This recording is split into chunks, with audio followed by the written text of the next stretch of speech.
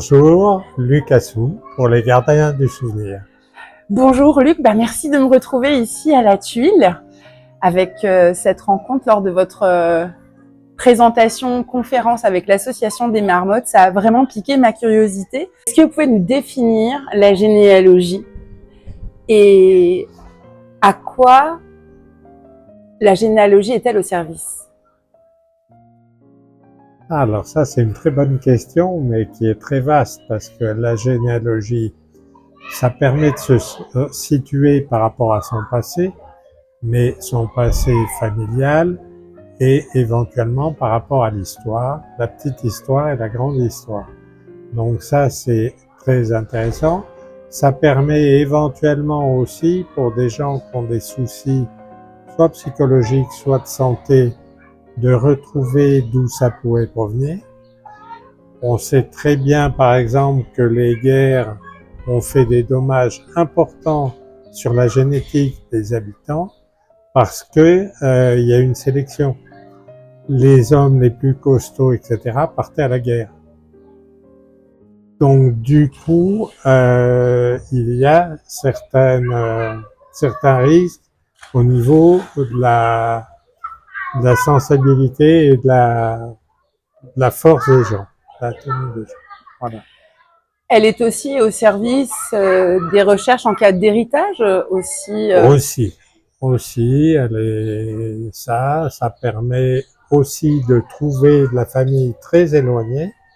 Sur la Haute-Savoie, par exemple, on a des gens qui ont voyagé énormément parce que la Haute-Savoie était un pays pauvre, relativement, et du coup, l'aîné avait les terres, et les autres, ils étaient obligés d'aller chercher ailleurs. Et donc, c'est comme ça qu'on a eu les petits ramoneurs sur Paris. C'est comme ça qu'on a eu des gens qui sont partis en Argentine, qui sont partis aux États-Unis, qui sont partis un peu partout dans le monde. Donc du coup, on trouve des Savoyards un peu partout dans le monde. Et nous avons d'ailleurs aux Marmottes de Savoie des adhérents sur 5 continents. Par rapport à l'histoire de la Savoie, il y a eu une annexion française en 1860. Ouais. Comment aujourd'hui s'est partagé le patrimoine des données et d'archives et qu'est-ce que ça a pour impact pour aller chercher l'information avant les années 1860? Alors les archives, au niveau des archives, effectivement, on trouve des archives sur la Savoie et la Haute-Savoie, sachant qu'il y a des archives de la Haute-Savoie en Savoie, mais vous avez des archives des États savoyards également à Turin, mais vous en avez également à Lyon et vous en avez même dans l'Ain, parce que quand les Italiens sont partis, ils ont embarqué les archives, une partie. La maison de Savoie ? Voilà, une partie a été restituée, pas tout, et quand ça a été restitué, il y a une partie de ces archives qui sont parties à Lyon et dans l'Ain. J'ai un ami aussi qui fait partie de votre association, Stéphane Munier, ouais. Qui est adhérent aux Marmottes. Ouais. Il est passionné d'histoire, ouais. Il n'est pas généalogiste. Donc est-ce qu'on peut dire qu'il y a une généalogie de amateur, de plaisir, et un métier de généalogiste profondément? Est-ce que c'est un métier qui est réglementé, et si oui, comment? Alors tout à fait, normalement, les généalogistes, enfin, moi je suis généalogiste amateur, et puis encore si on peut dire généalogiste, ceux qui en font le métier ont des règles très spécifiques, comme le fait d'avoir à chercher et à justifier tout ce qui donne comme information sur la généalogie. Et normalement, ne doivent pas se servir des associations pour faire leurs recherches. Donc, il y a une séparation très nette entre les deux. Donc, les associations ont fait ça bénévolement.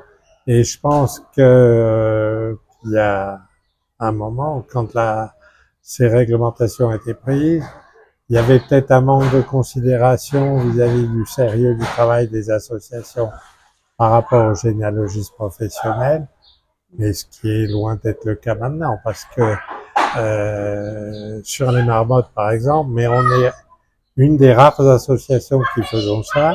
Sur chaque acte qu'on saisit et qu'on met sur notre site, vous avez le document papier correspondant qui a été numérisé et qui est visible par la personne qui vient sur notre site. Donc, si vous voulez, on met que des informations confirmées par des actes papier. Et j'en profite d'ailleurs pour toute personne qui fait des recherches généalogiques, ne pas se contenter des informations qu'on lui donnerait ou verbalement ou même par des sites que je ne citerai pas, mais qui ne sont pas vérifiés par des actes et dans lesquels vous n'avez pas accès aux actes. Parce que même les transcripteurs qui mettent les actes en ligne, comme nous, on peut faire des erreurs à la transcription. Et la meilleure solution, c'est de voir l'acte lui-même. En 20 ans de travail, de fond, vous devez avoir constitué au sein de l'association des marmottes une base considérable, non?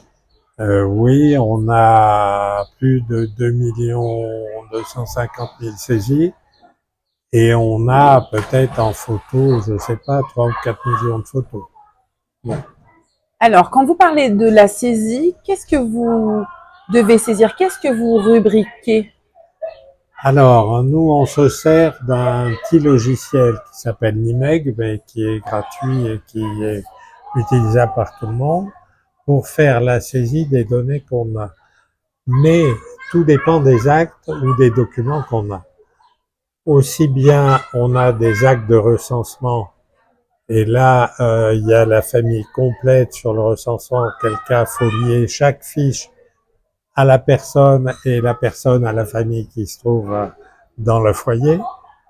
Or il peut y avoir une dizaine de personnes qui ne sont pas forcément de la même famille. On peut avoir des actes naissance, mariage, décès, baptême. Bon, là c'est toutes les informations en règle générale sur la personne plus les parents, voire quelquefois pour les plus récents, on témoin des grands-parents, etc. Mais aussi bien, on peut avoir des éléments très succincts parce que certains registres de curés, par exemple, il y avait que le prénom de la mère. On n'avait même pas le patronyme de la mère. Donc, c'est dire d'ailleurs à l'époque on était dans une société vraiment patriarcale et la mère, bon, comptait pas pour grand-chose, alors c'était elle la principale actrice.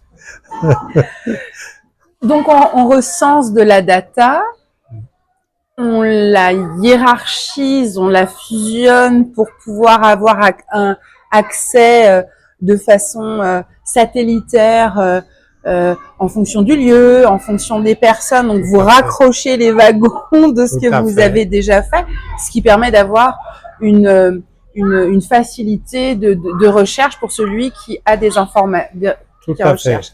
Vous avez aussi dit que vous avez beaucoup de documents. Alors, en dehors de la démarche de recensement des actes de mariage, tout ça, de quel type de documents? Vous parlez de photos, vous parlez de bottins, de... Alors, non, on numérise systématiquement. Comme je vous disais, c'est la justification de nos saisies. Pour que la personne qui regarde, qui consulte nos saisies soit sûre de l'information. Donc, on numérise déjà systématiquement, sauf les documents qui sont aux archives départementales qui numérisent. Les archives municipales, elles, ne numérisent pas encore. Voilà. Ils n'en ont pas les moyens actuellement, donc c'est un problème de moyens. C'est là qu'il va falloir commencer à demander des subventions. Non, parce que nous, ce qu'on numérise, on le numérise gratuitement. Et quand on va, par exemple, dans des cures, on donne une copie de toutes nos numérisations au curé. Et ça, on le fait totalement gratuit. Ça veut dire que vous êtes constamment en quête et en recherche des différents documents qu'il pourrait y avoir dans les familles. Tout à fait. Et donc, du coup, est-ce que les gens spontanément vous disent « Ah là là, j'ai… Non. Alors non, mais on est plutôt en recherche, si vous voulez, parce que les familles ne viennent pas nous trouver pour ça. On en a eu 2 ou 3 quand même qui nous ont fait don de documents importants et intéressants.